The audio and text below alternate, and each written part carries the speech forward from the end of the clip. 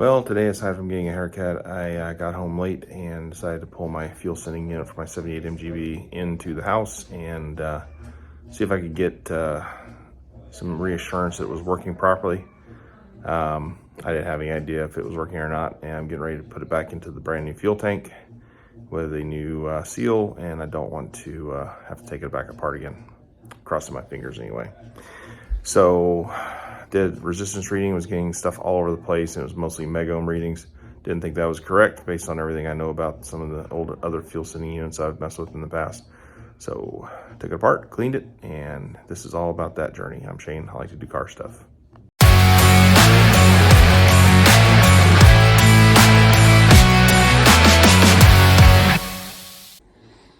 Okay, fuel sending unit. I thought it would be fairly obvious. Positive lead in there needs to be cleaned, and then it's grounded to the tank, right? So somewhere on the top or underneath or even on the tube. My question is, I'm trying to verify that it works properly, that the resistance changes. And if I put my lead across that and somewhere on the grounding points, or the points that would be connected to the tank, I'm not getting very consistent readings, which, looking at this, there's no telling what I'm going to find underneath there. So I'm going to pull that cover off, see what I find underneath there. And if I'm wrong about any of my assessments as far as positive lead here, right, and just somewhere that would touch the ring of the gas tank on top, which basically be any part of that, front, top, or bottom. Obviously the bottom needs to be cleaned also.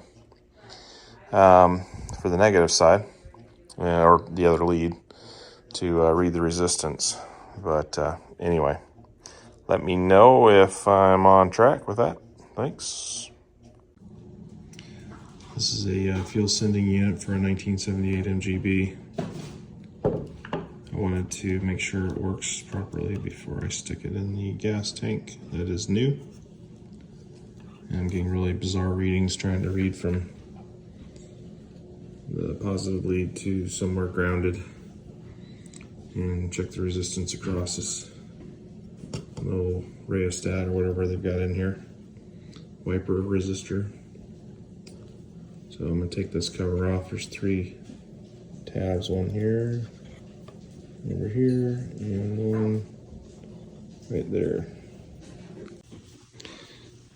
I'm just using a small flat tip screwdriver to pry those up. Just be careful. All right, get the 3 tabs up, and that cover should pop off. And there is your wiper resistor, variable resistance. And you can see it's pretty dirty. It's been soaking in gasoline for a number of years. So we are going to clean that up and see if we can get a proper resistance reading, which honestly I'm not even sure what the readings are supposed to be. So if somebody knows, let me know.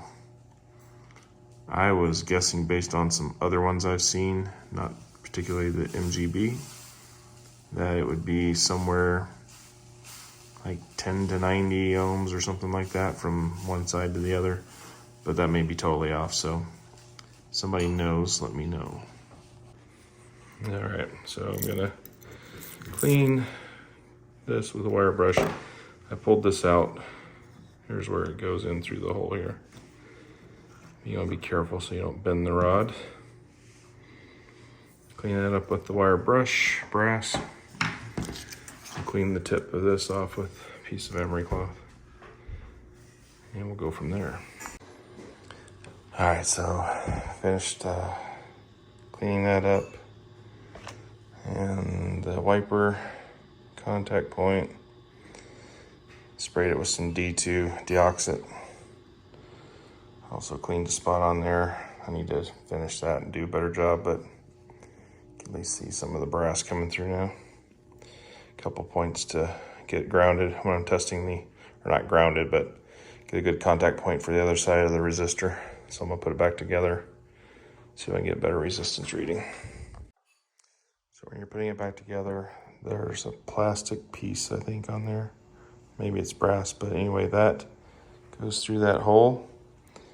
And then that spring will hold tension on that cover, which holds tension on the wiper arm against the resistor, if you will. And so you want to be careful about getting that hole right there over the spring the right way, so that that little tip, you can kind of see it there, comes up through that, and that'll hold the spring in the right tension. And really, there's only one way this cover can go on because of the tabs, so that's what we'll do next. Like so. Now we're going to bend those tabs back over with some needle nose pliers. Hold that in place, and then we'll test the resistance, see what we get. All right, I broke my alligator jumpers out. Make this a little easier. So I got yellow going to my positive lead on there, and into the connection there for the key or the wire outside, and then I've got on that spot, which I think is a good secondary spot. So my resistance.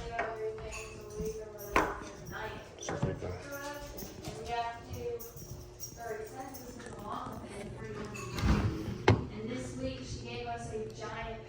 right now it's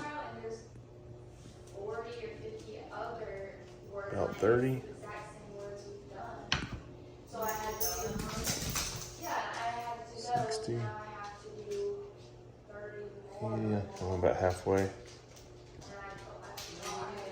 115.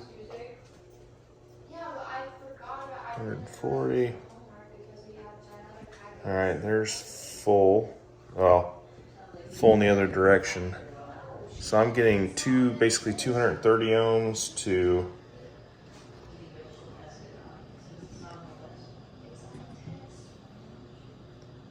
about 25 to 30 ohms. So about 25 ohms to 222.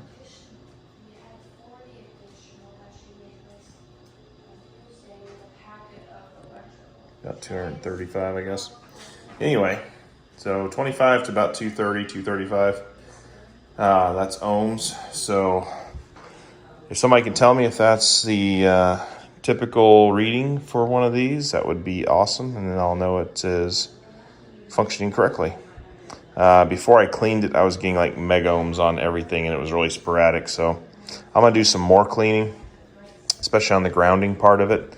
That needs some more help, and I'll probably get a more consistent reading. But anyway, that is all there is to this, and hopefully you've learned something, and hopefully I'm going to learn something from you, because like I said, I need to know if this is the correct ohmage or not for this. So let me know in the comments below. Thanks.